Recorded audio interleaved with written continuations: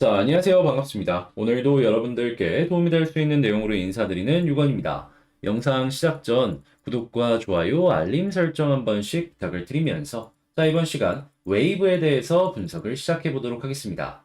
일단 웨이브 같은 경우에 지금 힘이 굉장히 없죠. 뭐 떨어지는 것도 아니고 올라가는 것도 아니고 하다 보니까 이거 계속 가지고 가도 되는 걸까라는 생각을 여러분들께 많이 줄 겁니다. 그런데 이 변동성을 굉장히 많이 줄 수 있는 호재가 오늘 나왔습니다. 자, 이거 어떻게 보면서 어떻게 준비를 해야 될지 제가 지금부터 하나씩 설명을 드리도록 할 테니까 참고하셔서 지금부터 상승에 대해서 준비를 해보셨으면 좋겠네요. 그러면 근거가 무엇인지 지금부터 하나씩 말씀을 드리도록 할게요. 자, 일단 첫 번째, 최근에 뉴스를 보시면 아시겠지만 러시아가 전쟁의 선을 뒤로 물렸습니다. 그러면서 국경선을 정하려는 이러한 움직임이 보여지며 자연스럽게 전쟁의 끝이 보이는 건가? 라고 생각을 했는데 후속으로 러시아 쪽에서 우크라이나에 우리의 요구사항을 충족시켜주게 된다면 이 전쟁을 끝낼 기회가 있다라고 하며 휴전에 대한 기대감을 훨씬 더 키우는 모습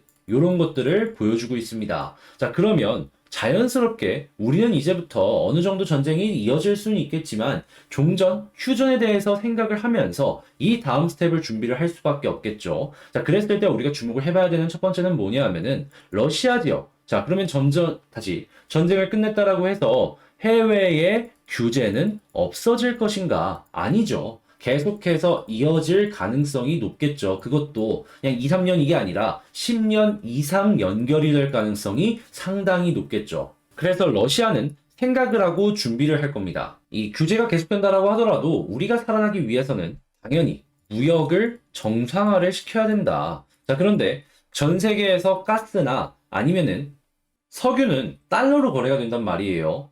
근데 러시아는 달러를 구하기가 상당히 힘들어져 있는 상황이고 자국의 화폐로 받으려는 이러한 모습을 보여주고 있는데 이게 어느 정도 한계가 도래할 수도 있단 말이죠. 그래서 지금 러시아 쪽에서 하는 게 뭐냐? 국경 간의 거래는 자연스럽게 뭐 여러 가지 다양한 화폐도 사용을 하겠지만 가상화폐를 굉장히 적극적으로 쓰고 있습니다. 이걸 쓸 계획이다가 아니에요. 지금 이 순간에도 굉장히 많은 사용량이 러시아의 국경지대에서 사용이 되고 있는 게 확인이 되고 있어요. 자, 그랬을 때 러시아 지역에서 이 암호화폐에 대해서 또 긍정적인 스탠스에 어떤 걸 취할 것인가 이것도 한번 살펴봐야 될 것 같은데요. 이때 딱 후속 뉴스가 하나가 나왔습니다. 어떤 내용이냐? 러시아 국가 암호화폐 거래소 출범할 예정이다.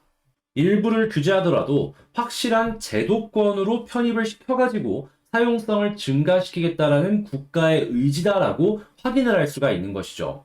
특히나 러시아 지역 같은 경우에는 전력을 싸게 구입을 할 수도 있을 겁니다. 그러면 채굴 이 기업들의 강세는 굉장히 많이 올라올 수 있을 것이고 어떻게 보면 러시아가 암호화폐 시장의 신흥 강호가 될 수도 있다. 아니면은 압도적인 원탑이 될 수도 있다. 이렇게도 한번 생각을 해보기가 괜찮을 것 같습니다. 자, 그러면 이때 수혜를 받는 코인들은 대체적으로 메이저 코인도 있겠지만 스테이블 코인도 갖고 있는 코인이나 아니면은 이 러시아라는 국적을 갖고 있는 코인이 굉장히 큰 수혜를 받을 텐데 웨이브 같은 경우에는 USDN이라는 스테이블 코인도 갖고 있고 개별적인 웨이브 러시아 국적의 코인도 갖고 있어요. 그러면 야 이거 거래소가 출범이 되면은 알게 모르게 여기에 혜택을 입을 수도 있을 것이고 이러한 부분이 연결되게 된다면 자연스럽게 가격적인 부분에 상승으로 볼 수 있겠네. 이렇게 생각할 수 있겠죠. 자, 그랬을 때 일단 고래가 제일 먼저 반응을 할 것이다 라고 볼 수가 있는데